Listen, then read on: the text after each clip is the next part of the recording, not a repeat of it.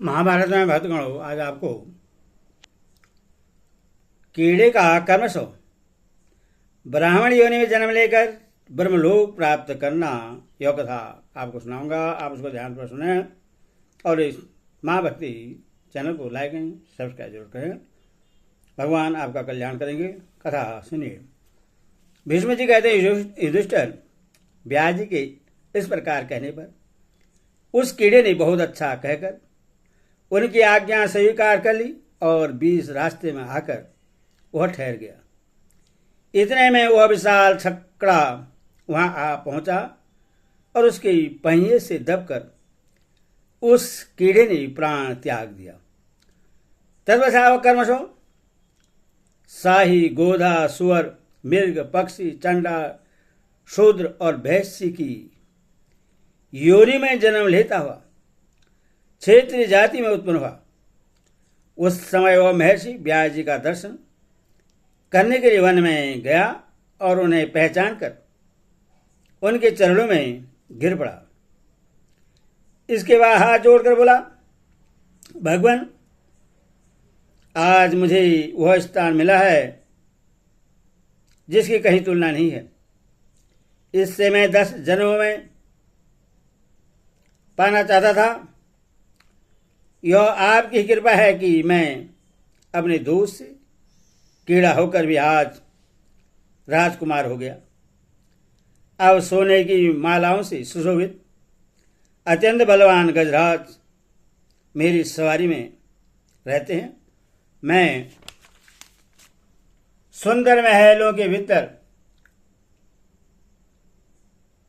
सुगत शैयाओं पर बड़े सम्मान के साथ शयन करता हूं। आप महान तेजस्वी और सत्य प्रतिज्ञ हैं। आपके प्रसाद से आज मैं कीड़े से राजपूत हो गया हूं। महाप्राग, आपको नमस्कार है। आपके तपोबल के प्रभाव से मुझे यह राजपद प्राप्त हुआ है, अथवा आज्ञा दीजिए, मैं आपकी क्या सेवा करूं। व्यास जी ने कहा, राजन, आज तुमने अपनी वाणी से मेरा भली भांति स्तवन किया है। अभी तक तुम्हें अपनी कीट योनि की कलुषित स्मृति बनी हुई है। तुमने पूर्व जन्म में अर्थपरायण, निर्शस और आदत्यायी शूद्र होकर जो पाप संचित किया था उसका सर्वदा नाश नहीं हुआ है। कीट योनि में जन्म लेकर भी जो तुमने मेरा दर्शन किया, उसी पुण्य का फल है कि तुम क्षेत्र हुए, और आज जो तुमने मेरी पूजा की, इससे तुम्हें ब्राह्मण तत्व की प्राप्ति होगी। राजकुमार, तुम नाना प्रकार के सुख भोगकर अंत में गौर ब्राह्मणों की रक्षा के लिए संग्राम भूमि में अपने प्राणों की आहुति दोगे। तदनंतर ब्राह्मण रूप में प्रचुर दक्षिणा वाले अनेकों यज्ञों का अनुष्ठान करके अविनाशी ब्रह्म स्वरूप होकर अक्षय आनंद का अनुभव करोगे। विष्णु जी कहते हैं, इस प्रकार अपने पूर्व जन्म का स्मरण करने वाला वह कीट अब क्षेत्रीय योनि में उत्पन्न हो छात्र धर्म का पालन करने लगा। तत्पश्चात उसने बड़ी भारी तपस्या आरंभ की। धर्म और अर्थ के तत्व को जानने वाले उस राजकुमार की उग्र तपस्या देखकर विप्रवर श्री कृष्ण देवपायन व्यास जी उसके पास आए और कहने लगे, कीट, प्राणियों की रक्षा करना ही क्षेत्रियों का धर्म है। तुम शुभ और अशुभ का ज्ञान प्राप्त करो तथा अपने मन और इंद्रियों को वश में करके भली भांति प्रजा का पालन करो। उत्तम भोगों का दान करते हुए अपने अशुभ दोषों का मार्जन करो। प्रसन्न रहो और आत्मा का ज्ञान प्राप्त करो। आजीवन स्वधर्म का पालन करते रहो। तदनंतर क्षेत्रीय शरीर का त्याग करके ब्राह्मण तत्व को प्राप्त करोगे। युधिष्ठिर, महर्षि व्यास की बात सुनकर वह राजकुमार प्रजा का धर्मपूर्वक पालन करने लगा। प्रजा पालन रूप धर्म का आचरण करते हुए उसने ही थोड़े ही दिनों में रणभूमि में शरीर त्याग दिया और दूसरे जन्म वह ब्राह्मण के घर उत्पन्न हुआ। यह जानकर महायशस्वी व्यास जी पुनः उसके पास आए और बोले, विप्रवर, अब तुम्हें किसी प्रकार का भय नहीं होना चाहिए।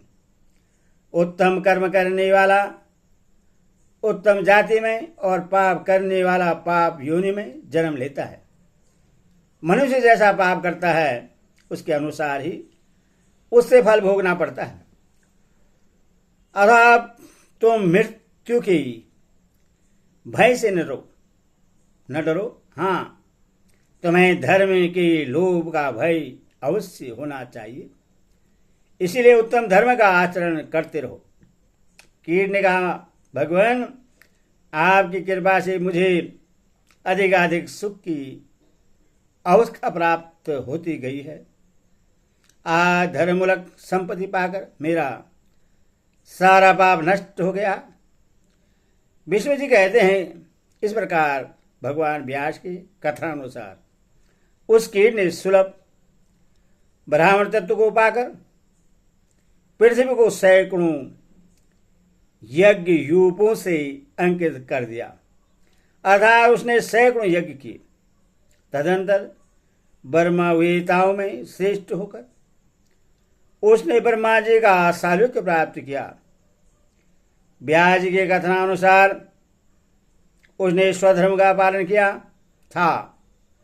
उसी का यह फल हुआ कि वह ब्रह्मलोक में जाकर सनातन ब्रह्मा में लीन हो गया। युधिष्ठिर, क्षेत्रीय योनि में उस कीट ने युद्ध करके प्राण त्याग किया था, इसलिए उससे उत्तम गति की प्राप्ति हुई।